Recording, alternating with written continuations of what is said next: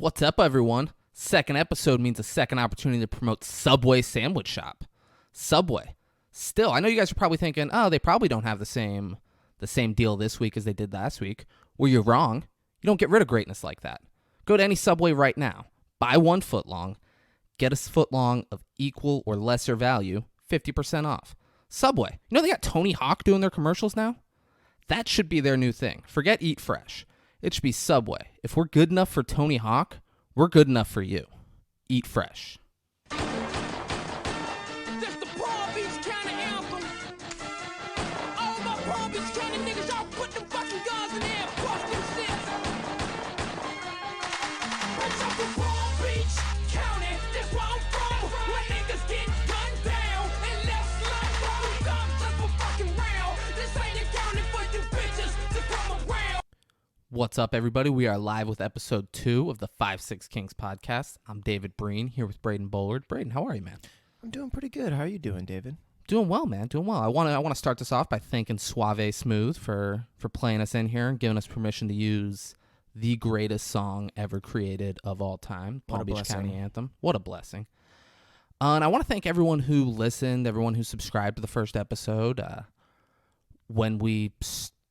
As we're starting this, as we're recording it, we had 79 views on the YouTube page, and if you would have told me 12 people would have viewed it in the first week, I would have said, wow, that was really nice of our families to listen to our podcast. So thank you, everyone who listened. Thank you to everyone who subscribed. Another huge blessing. Yeah. Then the feedback I got, people were asking if this is just going to be an MMA podcast. It's not. We just happened to start right before some fights, and we had to talk about them, and today we're going to talk about what happened. But Braden and I, we're going to talk about movies. We're going to talk about sports. Braden loves aliens, so I'm sure we'll talk Fucking about love 'em. aliens. It'll just be a lot of stuff. So, if you're interested, if you like it, subscribe, stick around, keep listening. We're happy to have you. Hopefully one day, we get Subway involved and, we get like some executives from the show coming on and talking about all the great stuff Subway's doing. Where you at, Subway? So I kind of want to start this by apologizing, just in case if any of you listeners out there actually took my picks and put money on them. Deeply sorry, because I was completely wrong. And I've been wrong now for a couple cards, and I'm starting to feel a little silly. I really thought Chandler was going to end it in that first round, and what a turnaround for Oliveira. But fuck, man, I need to do my homework. Yeah, let's dive right in and talk about that fight. For the record, I was 0-2 as well. Not a great start to our podcasting career for either Well, I mean, of you us, were just but picking what I was picking, so. yeah, that's how it went. Sure.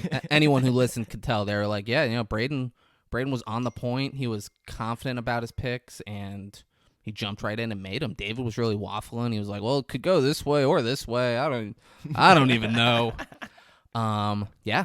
So I doubt anyone listened to this and was like, oh, these guys really know what they're talking about. We're gonna go put some money on this. But if you did, I'm very sorry. But let's jump right in, because the first round of that fight, Fucking back and forth. That shit was crazy. I mean, I totally thought when Chandler gave up his back, I think everyone probably thought, like, oh, man, this could be it. the second Oliveira was on his back, I was like, oh, you fucked up, Chandler. It's over. Yeah. And then I don't know how he got out of that. Yeah. To me, Oliveira's striking, like, that was crazy. Like, if you would have told me Oliveira won, I would have said it was either decision or he tapped him out. But Oliveira TKOing him and winning the battle on the feet surprised me. But the most surprising part of this whole fight was Chandler getting back up when he was on the ground. Oliveira had complete control on the ground. He was able to get out of that. It was so explosive and out of nowhere. And then the entire time, I mean, even before that, and especially after, I was just thinking, like, man, Chandler does not give a fuck, man. Like, he's not letting him get up. Like, you would think, like, constantly I'm thinking, like, man, you're going to get caught again. Something's going to happen where you're going to get caught again. Obviously, it didn't play out like that. But I was just thinking, like, Chandler does not give a fuck, man. He's pressing in a way where he just thinks, like, okay, test me on the ground. Like, test my wrestling. Because, like, man, I felt like there was times where he should have just stood him up instead of, like, still trying to do, like, a ground and pound. I don't know. I mean, it was kind of surprising. I just felt like the way the confidence Chandler had would just, I don't know. Oh no, it was crazy. 'Cause, like the second he was on his feet, I was like, all right, I need to let Oliveira get up. If he's gonna win this, he's gonna win striking. It turns out he lost at striking.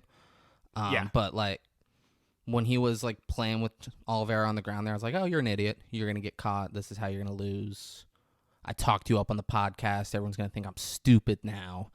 But no, and then coming out in the second round, Oliveira just catching him and then ground and pounding him to finish Do it. you That think was Oliveira was thinking that he was planning on catching him coming in and out of the pocket, kind of like how Chandler was doing.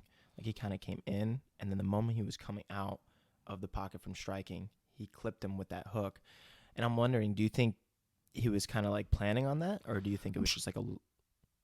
Yeah, I mean, I'm sure he noticed his tendencies and assumed, I can maybe catch him coming in. Because the first round, Oliveira was landing. It's not like Chandler was outclassing him No, 100%. in the stand-up game, and then Oliveira got on the ground. Like, Oliveira looked good on the feet.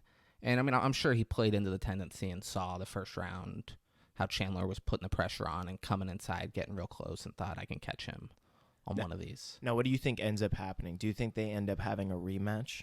Because, I mean, I think it's, like, definitely questionable as to... So they definitely can't because Chandler's 1-1 in the UFC. No, not people- right away, but I mean more kind of like down the road. Oh, down the line, I mean, for sure. Chandler keeps winning. They for sure book it again. Yeah. I think. But I mean, Conor tweeted at Oliveira after the fight, congratulated him, and said, "Who's number 12?" Is that the first time Conor has Said something about Oliveira. just ever mentioned That anything I've about- seen, but like, Yeah. why would he have before now? Yeah. Like, there's no scenario where Conor's like, I really want to fight this guy who's got a dangerous ground game and just keeps getting better. Like, now Oliveira has the belt, so that's something Conor might want to go after. But Yeah, it does show how unpredictable kind of like this weight division is. oh, for sure. That's oh my god. Someone said this time last year, Khabib was champion, Oliveira wasn't ranked in the top 10, and Michael Chandler wasn't in the UFC. Like, someone tweeted that, and I was like, that's fucking wild. Yeah. Like, Yeah. what a different... Tony Ferguson was the baddest man on the planet. We'll get into that in a second. Jesus No, yeah, Christ. it was like this But, time last year. That was the only thing that was talked about. Was like I think it was Tony it was and Khabib. Tony Khabib. Yeah. And Gaethje stepped in, and it was, Gaethje's really good. But So now nothing about Michael Chandler. Yeah. Nothing about Charles Oliveira. Yeah. Yeah. And then since we're talking about Tony really quick, I mean, I've seen a lot of people say too, especially after Saturday night, that maybe it wasn't as how do I say it? Maybe it wasn't as worth the fight to play out between Tony and Khabib because of the way that Tony has been kind of played out by some of these people who can just control him on the ground. Yeah, because that was always the argument that people had, myself included, Yeah. that Tony would be the most dangerous person on his back Khabib ever saw. Yeah. But now we've seen back-to-back fights where Tony's been on his back and hasn't been able to do anything. He's landed his last 2 fights. It's been 30 total minutes. He's 30 landed 30 strikes. strikes. Yeah, Yeah. that's a strike a minute's bananas. Yeah.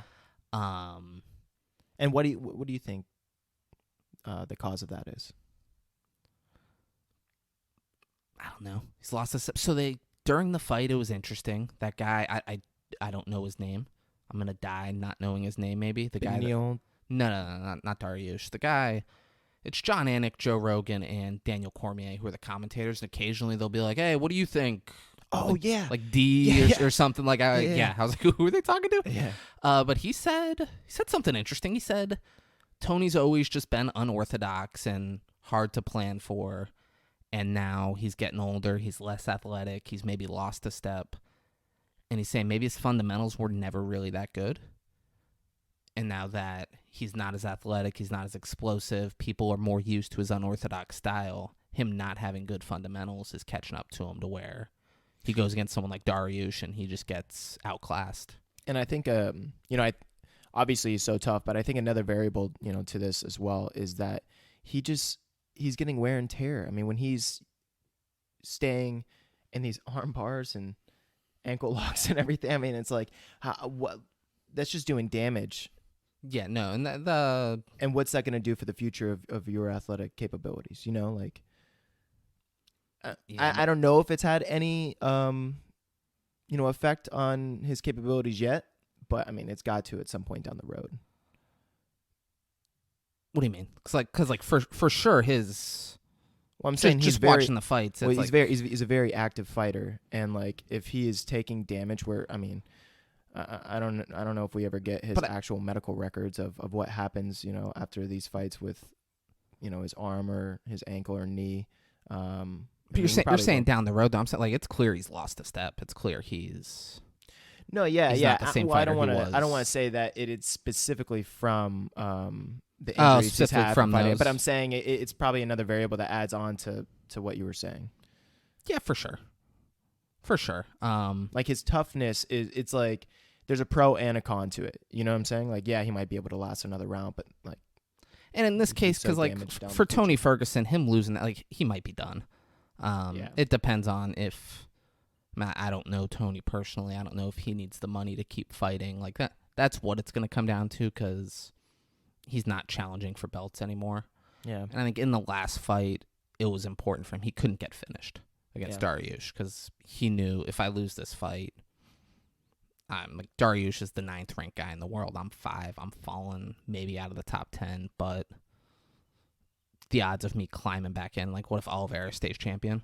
So let's say I win 3 more fights and then it's me against Oliveira in the rematch. Like it's Now, do you they're not think gonna no be pumped. matter who Tony faces next, so they're just going to go to the same type of game plan that has been no, because if he goes against someone who doesn't have a good ground game, they're not going to be like, oh, well, let me take Now, him do you think down. the UFC tries to pair him up against someone who doesn't have as impressive of a ground game so that they can try and get, I don't know, some crazy fight out of Tony? Who the fuck knows? If I so like an interesting thing would be Tony and Cowboy fighting again. Yeah, that Like was that would be interesting to me because yeah. They're both that'll- at the same.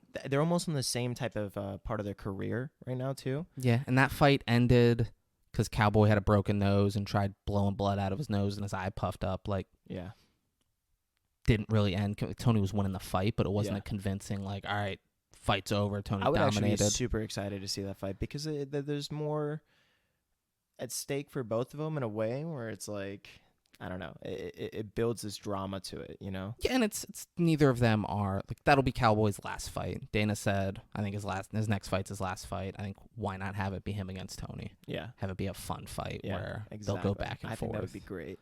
Yeah, and have it it's- ideally not be on a pay-per-view. Ideally have it be like an Yeah, you ESPN think? card where it's put them 5 rounds But you're saying them as the main event, or Of- like the main of like an ESPN Yeah, card, yeah, like yeah. because like they Yeah, do I they see do a that. lot of cards where they're like, oh, it's Curtis Blades against someone. It's like a heavyweight fight. It's a 5-round main event and it ends in the first round because yeah. it's 2 heavyweights who are gonna knock the shit out of each other. I'd love a Tony Ferguson Donald Cerrone 5-round fight. Yeah, I would love that too. Yeah, I think I that'd be need a it, great way for them to go out. If that's both of their last fight in the UFC. Yeah, or if it's like Tony wins that, wants to keep fighting. I think it's Cowboy's last fight regardless.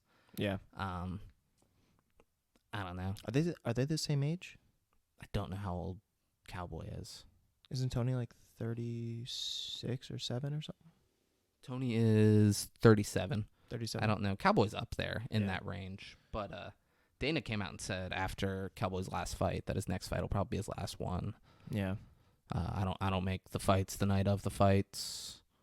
We'll plan one of those. Ideally, it's in front of fans. So those 2, ESPN Plus card, 5 rounds. Dana White, if you're listening, there you go. So now what happens with Beneil? Who knows? Give him. I mean, he looked really impressive. I feel like we did not give him any justice, I guess, in the first episode. Yeah. But he looked very impressive, and I just wonder, like, who are they going to pair him up against? You know, like, where That's does he rank? So he said he wants to take some time off. He's about to have a daughter. Yeah. So what do you Wants say? to Like take the end of time the off year? for that. He said he wants to come back End of the year, maybe next year. I think he kind of sees how things unfold. between some of the fights. Yeah. Yeah, because I think he moves. I imagine he just takes Tony's spot, and he's I'm number pretty 5. sure Dana said that he's going to fight a top 5 Yeah, so I think you give him a top 5 guy, Yeah. ideally coming off a win, or you give him like Gaethje coming off a loss. But I don't want Gaethje to win. Gaethje hasn't fought since Khabib in, was that October? Yeah. And he's talking about fighting. He wants to get back in there. I think Gaethje, Michael Chandler would make a lot of sense. Yeah, I think that would probably be the next best fight for Chandler as well. Big name, and that's next best. Like, it's a tough fight. Well, and they're both great heavy-handed strikers. Yeah. It's a tough fight. For me, that's the next, but like, it's a fight I want to see. But Oh, yeah, 100%. if I'm Chandler's camp, I might be like, it's his 3rd fight. He's fought Dan Hooker. He just fought for the belt. We want to get someone outside the top 5, get him another win, and then maybe we're 2 wins away from fighting for the belt, but let's get him back in the win column. I Yeah. hope they don't think that way, because I want to see. Well, I mean, I it's need another I thing, need it too, in my blood to carry over from last episode. 100%. I also think it depends how Chandler feels too. You know, I mean, I think he seems super confident, even as he was stating. You know, after losing, he still thinks he's pound for pound. You know, one of the best fighters. You know, in his weight division, and I could see as to them wanting him to get another win against someone who's maybe not in the top 5, also to maybe boost his confidence going back into a top 5 fight. But I think he's already got that, so I don't know. I mean, I think it can go either way, just like kind of how you were saying. Yeah, and you know what he did say in the next 12 months he'll be the champ. The lightweight division. Yeah. So he's totally got a bunch of motivation underneath him. I don't think he's gonna try and get a fight outside the top 5. I think he's gonna try and get probably Justin Gaethje. I think Gaethje. Honestly. Yeah. If he fights someone in the top 5, I think that makes the most sense. Mm-hmm. Because that solidifies him too again to go for the title. I think if he beats Gaethje, then he doesn't have to have another fight. I don't think. Nah, I think if he beats Gaethje, you got to imagine he's just getting the next title fight. Yeah. After winner of Conor and Dustin. Yeah. Whoever wins that gets a title fight. Yeah. If Conor loses, he's not like, I'll fight Michael Chandler. Yeah. To then be another win away from getting a title shot. Yeah. If Poirier loses, though, he could. Yeah. It could be a Poirier thing. Conor gets the title shot, and then we get Poirier Chandler, Poirier Gaethje, something like that. Man, that would be a crazy fucking fight too. Yeah. Gaethje and Poirier. Gaethje, so they fought early. Might have been Gaethje's first fight in the UFC. And, Yeah, and Poirier Mhm. beat him, but it was when Gaethje was doing. Yeah. I watched that not too long ago. I mean, Yeah. fuck, dude. Gaethje it was before Gaethje cared about like trying to win fights and have a long career when he was just running in there and swinging at people. Mm-hmm. Yeah, it's pretty fucking. That'd be another crazy fight, especially just because exactly how you're saying. Like Justin's evolved. I feel like a lot since when he first came in, just because his literal mentality too. I mean, he used to say it like he just wanted to put on a show and to leave it all out there. Now he wants the title. Now he wants to win the fights and not have a contest. Fuck, man. I'm now just thinking about Jacare's fucking arm popping. Yeah, that was crazy. If you guys don't know what we're talking about, it was the last prelim fight. Jacare Souza versus Andre Muniz, something like that. Yeah. It was Andre Muniz. It's wild. Nothing gross that you're going to see, but he was in an arm bar, and you can clearly hear his arm snap, and that's when the ref stopped it. You don't see it snap. That one dude holding that fucking mic was just like, I got it. The sound guy was just like, I got it. That guy's got the it. MVP of UFC 262. Yeah. MVP, hands down, that guy. Dana White gave that dude a fucking bonus. That guy got fight of the night bonus, or performance bonus. Yeah, performance. Good sound quality there. Yeah, a little fucking gross. Fuck, man. I feel like every UFC card has been getting like almost crazier and crazier with Weidman snapping his leg last week or last month. Yeah, they're now that they have fans, they're doing a lot of gross bodily injuries. Yeah. I know you love it. I mean, Jacare's got to be done, right? Yeah. Because what is he? He's been fighting for like 30 years. Yeah. He's been fighting forever. At some point, I feel like you gotta fucking throw in the towel. And at that point too, when you've been doing it for so long, you've been established, and your name has been, credited, and you've been in an establishment like UFC for so long. There's so many other things that you're able to do now. Like you can go open up a gym. He probably has. There's just so many other ways to make money at that point. I feel like there's no need to put yourself at risk. But these are people's passions that want to do it till the day they die. Compete. Yeah, I'm not one of those people, I guess. I get like the second, like, because I think in my head I'm like, yeah, I could probably be a fighter, and like I'm watching videos and stuff, and then I go watch a fight, and I'm like, oh, yeah. If someone snapped my arm with an arm bar, I'm not ever gonna try doing that again. Like that's where I call. I'm like, no, my arm, I broke my arm. I'm clearly not good enough to be doing this. I need to stop. Yeah. It's like same thing with like basketball. Everyone in their head thinks they could be a good basketball player. Then you see LeBron James dunk, and you're like, oh, I can't slam dunk stuff. That's probably a big part of that game, huh? Yeah, I can't fucking play basketball for shit. Last time I tried to do a layup, I fucking sadly missed. But let's not talk about basketball. What, Edson Barbosa at 145. Oh, yeah. Fucking fight of the night. Looked great. Yeah, that was great. That was a scary knockout. Busted his fucking shin open. Yeah, but the knockout on Shin, how he delayed and then fell back. Yeah. That was scariest thing I've seen in a while. Yeah. But he got right back up and seemed fine. Dana said he made him go to the hospital right after the fight. He's like, I'm fine. I don't want to go. He's like, I want the doctors to say that. I remember he gets knocked out. They switched the camera now to Barboza, and then they immediately switched it back like 10 seconds later, and the dude's up, smiling, like trying to shake hands with Barboza and everything, and I'm like, what the fuck just happened? Can you imagine what it must be like to be knocked out in front of so many people? No.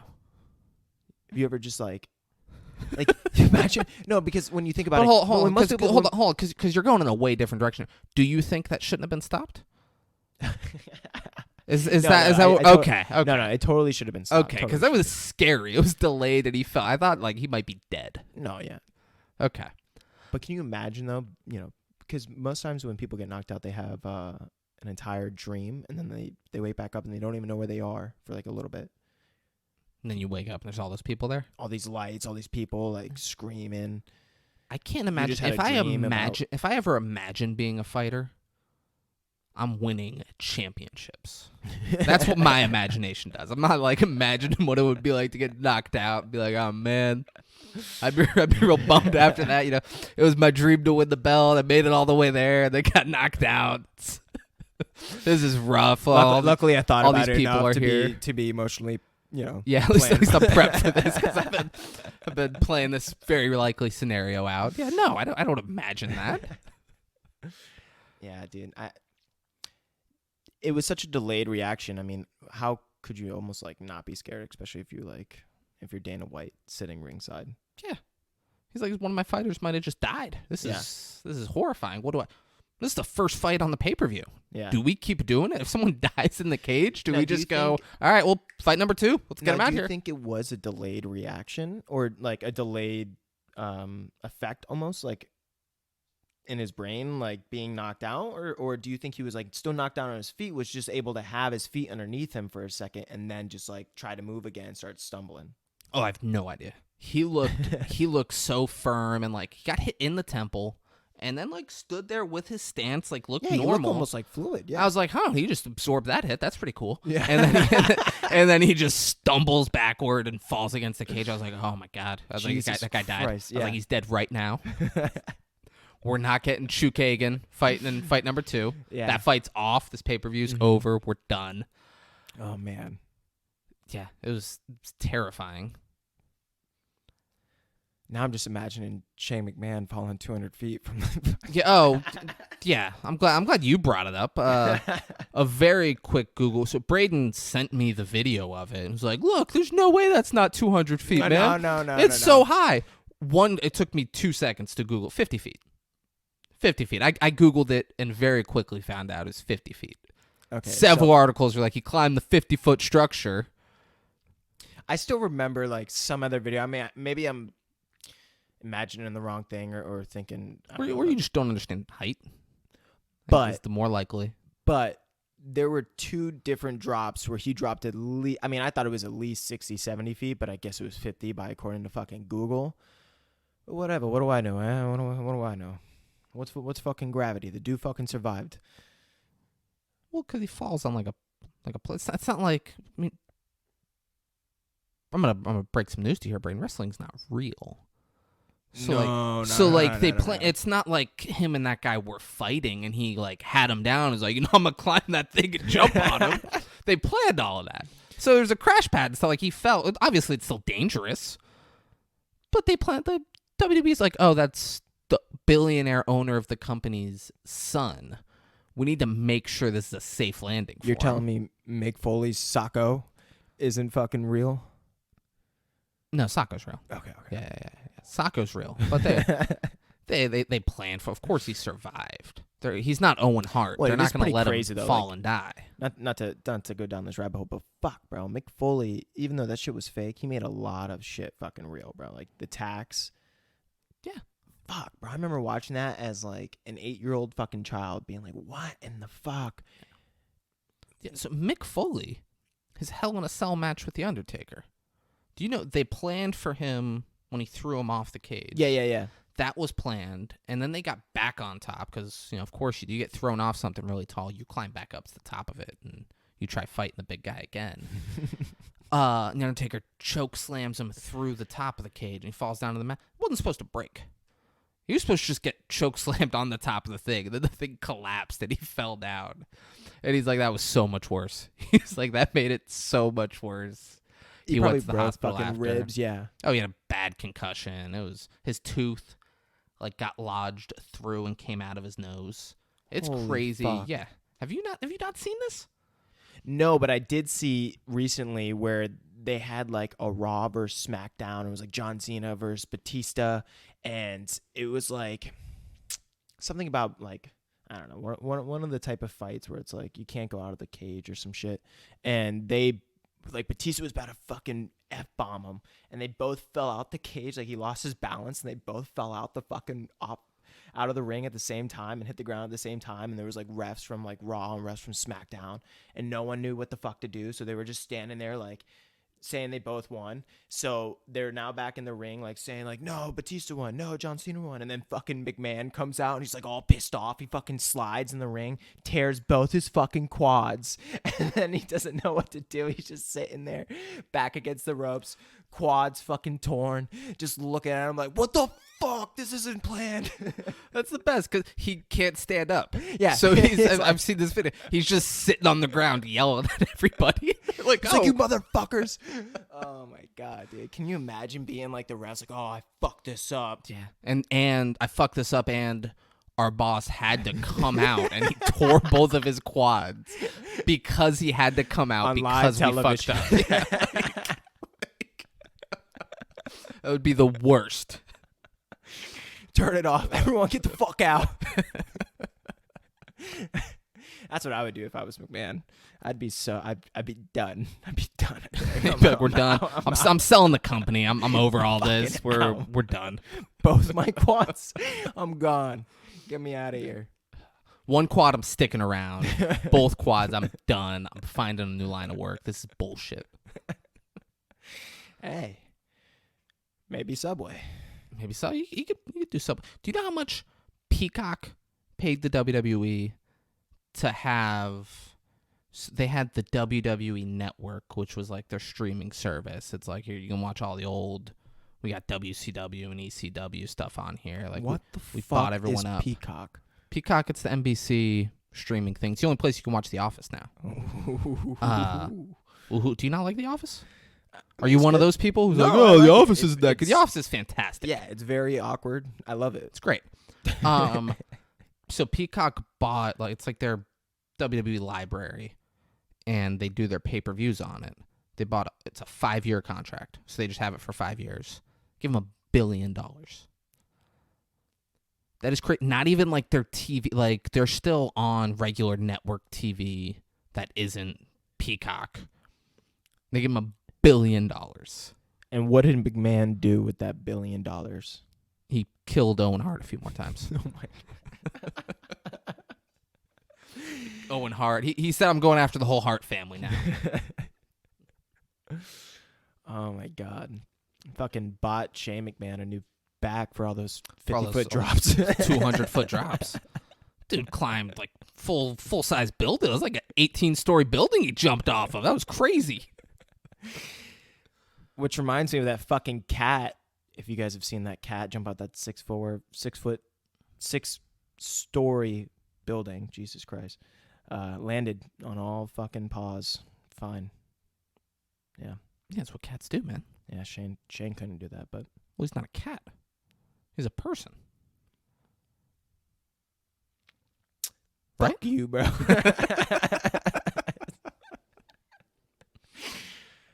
Dude. Yeah, I'm still thinking like, man, if I just shred it down, go to the 155 division, maybe I could just do something cool like Chandler did. I mean, probably. You were telling us when we were watching it. That's what made Nick change his pick. He had Chandler winning, and then you told him that you see a lot of yourself in Chandler. He said, Chandler really reminds me of myself. Like if I was a fighter, I'd be like Chandler. And he's like, yeah, Oliveira's winning this fight. He's like, if that's where your mind goes, this guy's losing. Spot on. He was fucking right. Fuck you, Hoff. Think you're so fucking smart. He is. We need to, when we do UFC ones, we need to just start having him on. Oh yeah. He Don't is. worry, guys. You guys get hyped. There's one person to be hyped about. It's Hoff. Yeah, he's not like as funny or as charming as me, or as like good looking as you, but he knows a lot more about UFC than either of us. Yeah, he has taken a lot of my fucking money over the past couple cards, and I don't forget. So what if we were to book the 155-pound division right now, what are you thinking? Like Conor and Dustin, that decides who challenges for the belt. What do we do with Dustin if he loses? If we were to go Gaethje versus Chandler, I think Dustin fights the winner. If either Justin or Chandler don't fight for the belt, then they would fight Dustin. I can't.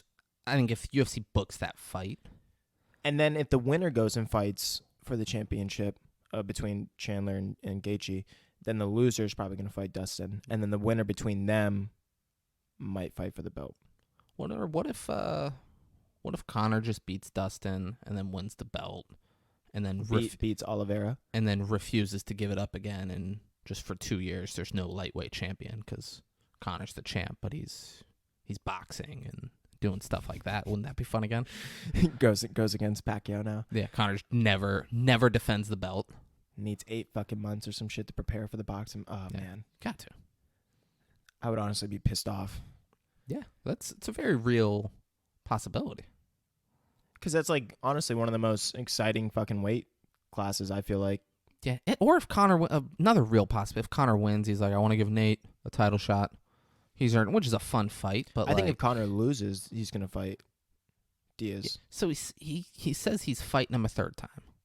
He's fighting him a third time, and he said it was going to be at 155 because they fought twice at 170 and split him. And then after he beat Nate the last time, he's like, But if he's you want trying to to fight do me, that because he knows it's going to be way harder for Diaz to get down to 155 than and- it is for McGregor. yeah. So if Conor's the champ and he's like, we're going to fight at 155, I'm going to give you a title match. Oh, well, yeah, if it's a And Nate's like, all right, I make the cut. But if he's not the champion, I could totally see Nate being like, "No, motherfucker, come out to 170," And I think Conor would change his mind on that too, and because still go to he 170. he prefers to fight at 170 because he doesn't Yeah. have to cut. Yeah, He weighs like 172 but I think walking he wants around. Nate to come down to 155 because he knows he'll have an advantage at that point. Fuck, man, how tall is Nate? I feel like Nate's a pretty fucking big bone It's like 6 feet. So Nate Yeah. fought at to be 155 at for 6 feet. most of Nate's career was at 155. Their first fight was going to be at 155, and Nate was like, hey, you're giving me 6 days notice. I'm not cutting all that weight. Yeah, And he was like, all right, we'll do 170. but still, I mean, yeah, even if he's, I don't know, it's just it's so low of weight. You know, you're just I don't know, malnutrition.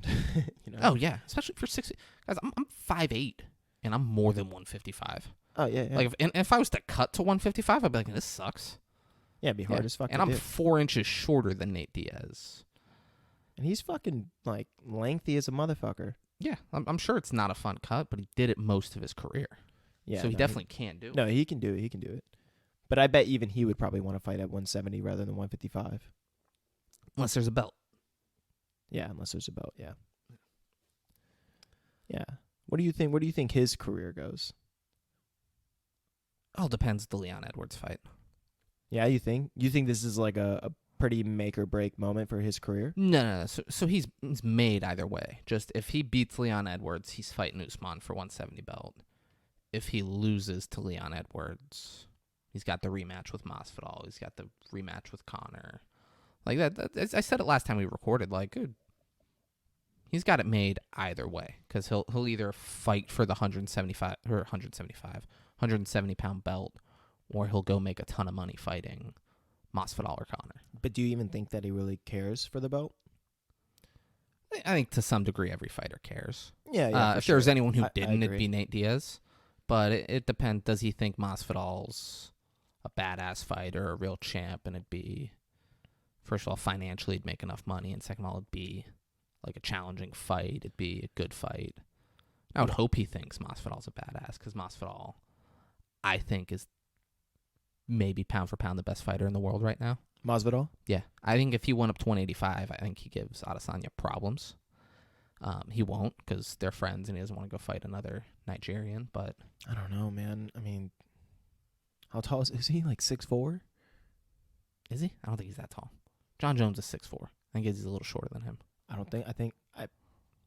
I bet cash. I mean, keep talking. But no, I just think Izzy towers over Masvidal. I mean, how tall is Masvidal? Like 5'9", 5'10"? Did I say Masvidal? Yeah. Usman. Oh, Usman. For everything I just said, if I said Masvidal, I meant Usman. Oh, I Mas- think you said Masvidal Maybe I'm is confused. not one of the best fighters in the world. He's a good fighter. Percentage-wise, he's in the top 1% of fighters in the world. But in the Yeah. UFC, he's not. Yeah. Kamaru Usman. Okay. I think okay. pound for pound might be the best fighter in the world. Yeah, I could agree with that. Yeah. I don't. So you think Usman versus Adesanya? It'll never happen, is what I think. Adesanya's 6'4", exactly. No. Look at this see? guy. Well, Hey. hey. 200 feet, 6 feet 4 inches. He's got it. Some measurements are on point. Some other ones not as much. Yeah. It'll never happen, and I think we talked about it in the last show.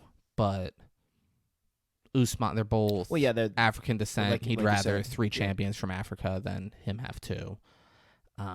It's the same thing. Like, What if like, he's like, nah, fuck that. that'd be I great. want to bump. That'd be great. I'd love that. But it's the same like Anderson Silva was like, I'll never fight Lyoto Machida. They're both Brazilian. They're both friends. He's like, I'll Yeah. never fight him. Well, they probably should have at points, Yeah. but is what it is. Yeah. But I think Usman, I'd love to see him and Nate. That'd be To bring it back to Masvidal though, really quick. Do you think they're ever going to do anything with that BMF belt? I think that's all he's got now. So yes. But that's what I'm saying. Like, do you think the UFC is going to be like, oh, well, we got this other belt that does actually bring some attraction to it? Yeah, I think they try to book. I'm surprised they haven't even had anything though. And what has it been? Well, 'cause like, Masvidal went from the BMF fight to fighting for the real no, championship. for sure. So that's Masvidal wanted to win the 175-pound belt. No, yeah, 100 I keep absolutely. saying they need to make it the 175-pound belt. So when I keep saying 175-pound, I'll be right. Yeah. And now that's kind of out the window for him. He's lost to Usman twice. Yeah. A third fight wouldn't make sense. Nah. it wouldn't. So I think now he's like, well, I'm the BMF champion. Give me Nate Diaz. Give me Conor.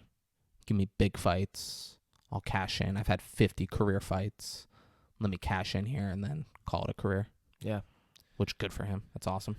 Yeah, even though he says he still wants to go after the title. But no, yeah. I mean, I just think the UFC is going to put him in a position where it's like, well, did you have to, you know. Yeah, and him going after a title would mean a couple wins and Usman isn't the champion. Because Usman just used his wrestling to to really just control the fight the first time and then knocked him out the second time. Yeah. Doing that fight for a third time doesn't make sense. He would need like Colby to be the champion, and then be like, we'll do it tough enough with Masvidal and Colby, and then at the end of that they'll fight for the belt. Like something like that would have to happen. So I'm thinking Diaz after Edwards, no matter what happens, I think no matter almost what happens, should go fight Masvidal for the BMF belt. And then after that, whoever wins between that should fight Conor next. Maybe even for the BMF belt. I don't know, man. I'm so like, it's such an iffy spot, bro. And, like, and that's that all depends. Do these guys want to fight for? well, let's say Conor loses to Dustin. He's definitely going to probably go and try and win the BMF belt, I think. If Conor loses to Dustin again, if he fights again, this could be his last fight. Who the fuck knows? Yeah, you think? He might be. He's made enough money. No, for sure. Like for he sure. doesn't need But to do he this. talks about all the time. It's not about the money. It's about the legacy. Yeah, but if he gets knocked out by Dustin Poirier here again, Yeah, it's he might just be like, you know what? Why don't I call it a career? Yeah. I know Braden wants me to have brain damage and not live a long, prosperous life, but I have a family that I care about, so I'm gonna call it a career. Yeah, I mean, fuck, bro. If Jake's already got CTE, yeah. I can only imagine. But no, and I think Diaz, it depends on what he wants. If he beats Edwards and he wants to win the welterweight belt, like that's what he should do. If he doesn't care about that and he's like, I just want to make money and I want to fight for the BMF belt again, great. Yeah. Like whatever. He's an interesting person because he might not care about winning the welterweight belt. That's like, there's no, like Leon Edwards, if he beats Nate, he for sure wants a title shot against Usman. He's not going to be like, oh, I want to fight for the BMF. Like no other fighters. Do you think it'd be disrespectful for the UFC to be like, okay, Edwards, now you're going to fight Colby? I don't know about disrespectful. It'd be a title limiter. It'd be kind of dumb. What do you mean on whose part? The UFC's. Just because, like, you look at Leon Edwards. Because you can make both of them title fights and have more bigger Yeah. event title fights. Yeah, like why eliminate a title fight where, let's say, Colby dominates Leon Edwards for some reason? I Yeah. don't think that would happen. I think that'd be a great fight. But yeah. let's say Colby makes him look really bad. Colby gets the title shot, which Colby can do nothing and get the title shot. Leon Edwards can do nothing after Nate. Like, UFC needs to plan on booking both of those. Yeah. I mean, and Colby could even win, let's say. And then Edwards is still going to fight Colby, you know? What do you mean Colby can win? Against, Colby can Usman. beat Usman? Yeah, for sure. Yeah. And then, you know, you would still have another good title fight. I mean, unless it was Yeah. like really close. I mean, well, obviously if they would go for they'd probably just give You'd think Usman- Usman gets the immediate rematch. I would but say that, and then afterward, well, then Edwards is probably throwing a fit, but then yeah, but after that, then Edwards would probably get the title shot. yeah. So I think if Edwards beats Nate Diaz, the UFC shouldn't put him in anything other than a title fight. Yeah, and then but then that kind of sucks because like the way we're thinking about it, it's like he'll probably have to wait probably quite some time because there's no way he's just going to be able to jump ahead of Colby when Dana's already said that, you know, Colby is for sure next in line for the title fight. Yeah, but Dana says shit like that a lot, So and for then sure. it just doesn't happen. But if it did, then if Colby won, then there's going to be an immediate rematch, which is going to be, you know what I'm saying? Like, if it played out that way, Edwards, you know, wouldn't get that title shot for at least another year or so. Yeah, or end of the year. If they fight in like July and then pretty- they're like, I we'll mean, do MSG in What- October. I mean, what is that? Yeah. Fucking 4 or 5 fights for Usman in 1 year, or 4 fights in for. Yeah. Holy shit. Yeah. What is he gonna be the most active fucking? Isn't he almost already Yeah, he's one of the most active fighters. champions though? But and it depends. Like Edwards, again, like I don't know anyone's financial. Like I don't know if Edwards could afford to sit out, but like that's what it comes down to. Would he want to wait? And because Usman's for sure getting a rematch if he loses his belt to someone he's already beaten once. So like, if Edwards can wait, if he's like, I have to stay active, I need the paycheck from fighting, they'll give him somebody. I don't know Edwards personally, so I can't speak to that. But I would think like if it was me and if I had enough money to wait, I'll wait until I get the title fight because that'll be the biggest payday. Yeah. I'm not gonna throw another fight in there and be like, oh, I'll fight. I don't even know, unless it's like Masvidal, Yeah. unless it's someone who I'm gonna get a ton of money for fighting. Yeah, you know what I was thinking this morning? Like, if I was a UFC fighter, I would try to plan out my career while playing the UFC game. Like, try to think and like try to fight them like in the game. Try to be like the actual like be yourself like in the game, and then like try to fight every single person. Like play out what you think your career is gonna be like, like, and then like videotape it and then like fucking like post it or some shit and be like, this is me knocking your fucking ass out, McGregor's just like and going through every fighter that is like above you in the ranks into like. You go to the press conferences and you talk like you've already beat him. Did Like, you not see? Did you see my left hook? I dropped his ass. I Like, fucking say you the highlights, bitch. he can't handle my striking. You all saw it. You saw that spinning back kick to the dome? Oh, that'd be great. Fuck.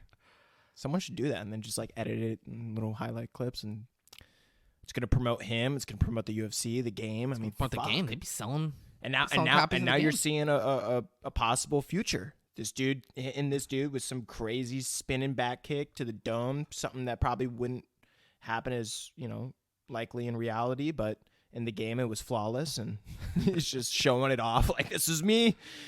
Look what's about to happen. This is happening Saturday. Just like replaying it on the big screen at the fucking press conference. That's what I would do. All right, man. I think I don't know. I think that's another podcast in the books for us. We broke down UFC 262. Apologies to everyone that we were 0-2 on the only there was like 15 fights that night. We picked 2 of them to predict on our fucking podcast. We went 0-2 on it. I'm very sorry to everybody, especially if you placed money off of our sure thing lock bets that we were putting out there for you guys. Yeah, I give grave detailed thought into these fights, and I don't know, I'm just getting really disappointed. I try to think long, thoroughly, and hard, and I just keep being wrong. So, This is new. This is new for me, being wrong. Oh, Yeah. well, So like you can keep going. I don't want people to think I'm a loser too. This is the first time that's ever happened with me. well, I'm gonna fuck you, bro. I'm gonna do my homework, and I'm gonna show you fucking next card, fucking let's do it. UFC 263. 263. Adesanya Vittori. I got Adesanya. Fuck you. Yeah, guys, thank you for listening. Please subscribe. Please like. Please share this with people. Follow us on Instagram at 56kings. Yeah, thanks guys Talk- for listening in. Go to Subway. Tell them the 56 Kings sent you. If you see Tony Hawk, tell them the 56 Kings say what up. Or no, what? Oh, when I had my first AOL, how it would say welcome. You got mail. When they started letting you personalize it, I had Tony Hawk say what up, what up. So if you see Tony Hawk, tell him the 56 Kings say what up, what up. Congratulations to Charles Oliveira. Tune in next week for a non-UFC episode of the podcast. What's it going to be about? You got to tune in and find out. Braden, anything else you want to add before we sign off? I believe in you, Chandler. I believe in you. All right, guys. Thank you for listening, and thanks for subscribing. Peace.